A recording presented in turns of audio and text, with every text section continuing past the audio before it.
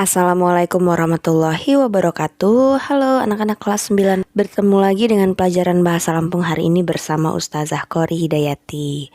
Nah, hari ini kita akan belajar atau memahami tentang sesikun. Apa sih itu sesikun? Ya, sesikun itu adalah peribahasa dalam bahasa Lampung ya. Dalam kehidupan sehari-hari orang Lampung juga ternyata berperibahasa nih. Dan di dalam sesikun ini menggunakan bahasa atau kata-kata yang memiliki makna konotasi atau bukan makna sebenarnya. Fungsi sesikun ini adalah sebagai alat untuk memberi nasihat, motivasi, sindiran, celaan, sanjungan, perbandingan atau pemanis di dalam dalam berbahasa. Nah, sesikun ini dibagi ya menjadi 6 jenis. Yang pertama ada pepatah, bidal, perumpamaan, ibarat, pemeo, dan ungkapan.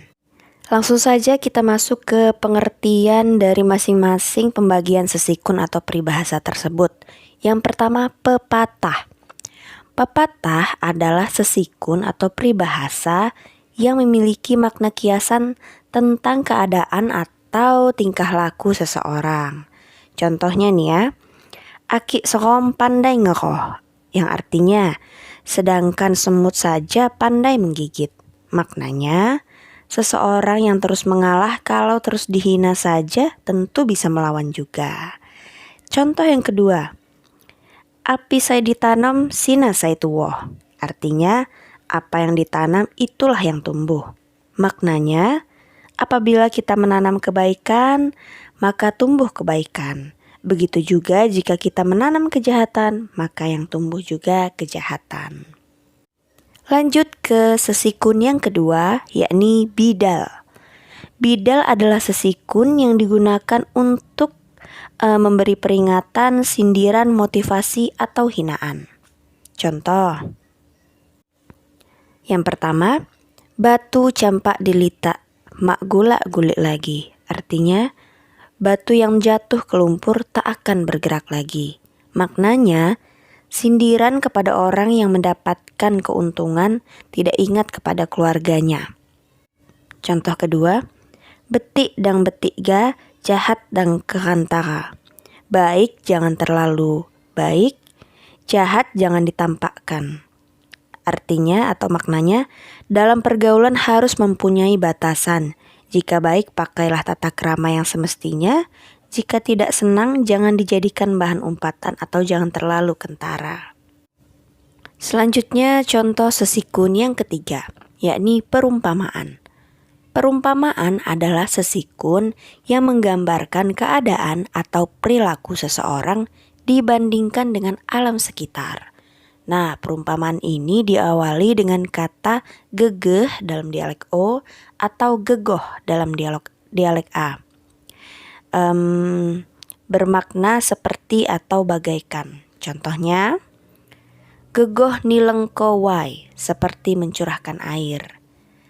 Yang maknanya lancar sekali. Contoh kedua, gegoh nyimpok gara, seperti menyimpan kepiting.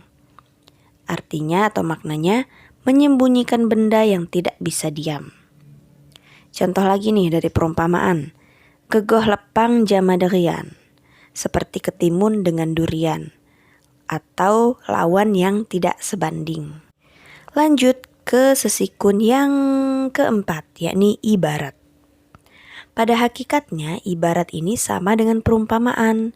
Keduanya merupakan peribahasa yang mengungkapkan keadaan atau kelakuan seseorang dengan mengambil perbandingan dari alam sekitar. Akan tetapi dalam ibarat, setelah pengungkapan perbandingan disertai dengan sedikit penjelasan, sedangkan dalam perumpamaan tidak dijelaskan.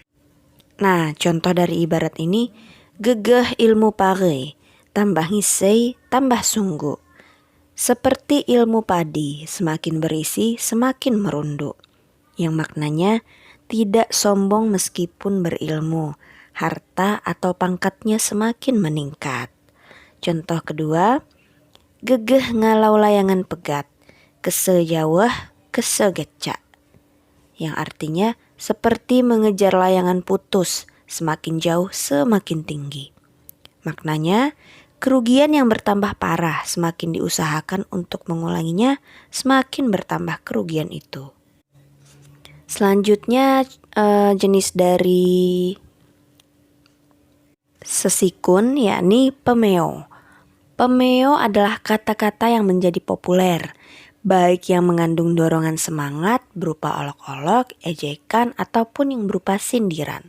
Contoh dari pemeo ini adalah numpang laju ngebatang, menumpang malah menguasai. Maknanya, diberi pertolongan malah menyusahkan orang yang menolong. Nah, contoh yang kedua, makung beipon kak haga ngeroh. Artinya, belum bergigi sudah akan menggigit. Maknanya, belum memiliki kekuasaan tetapi sudah mau bertindak sesuka hati. Jangan seperti itu ya anak-anak. Ya, lanjut lagi kita ke bentuk sesikun yang terakhir yakni ungkapan atau idiom. Nah, ini adalah kelompok kata atau gabungan kata yang menyatakan makna khusus. Contohnya, amel puda atau tebal muka yang artinya tidak memiliki rasa malu. Kemudian yang kedua contohnya, nulo tulo atau berbuat sesuka hati. Jadi nulo tulo ini maksudnya tidak mau diatur.